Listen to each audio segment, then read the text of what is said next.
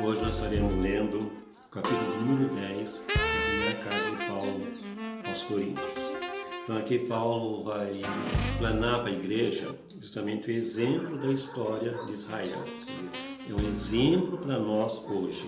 Versículo número 1 ele fala: olha, irmãos, não quero que ignoreis que vossos pais estiveram todos sob a nuvem e todos passaram pelo mar. Então Paulo fala do perigo da comunhão com a idolatria, dando como exemplo a história de Israel. Tal comunhão é incompatível com a comunhão na ceia do Senhor. Até mesmo as coisas que nos são lícitas, as coisas que nós devemos evitar para não ferir aqueles que são fracos na fé. É o amor, como nós falamos no capítulo anterior. É o amor, não é o saber, é o amor. Paulo nos exorta a não cobiçar o que é mal e adverte que aqueles que provocaram o Senhor no deserto foram mortos. Lá no verso 9, ele fala assim, capítulo 10, versículo 9, ele fala assim: não ponhamos o Senhor à prova, como alguns deles fizeram e pereceram pelas mordeduras da serpente.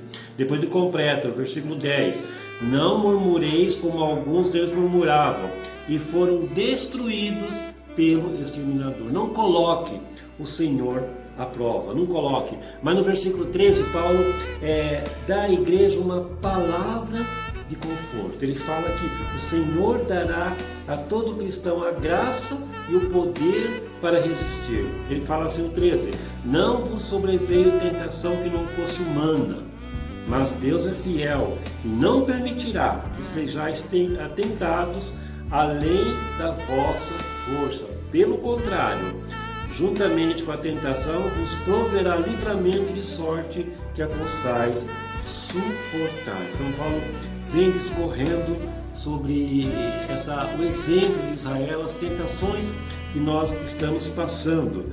No versículo 21 ele fala: não podeis beber o cálice do Senhor e o cálice dos demônios. Não podeis ser participante da mesa do Senhor e da mesa dos demônios. Então não podemos, está lembrando a igreja, não podemos ter comunhão com a idolatria, comunhão com as trevas, não podemos participar, porque a adoração a ídolos é uma violação da unidade do Senhor,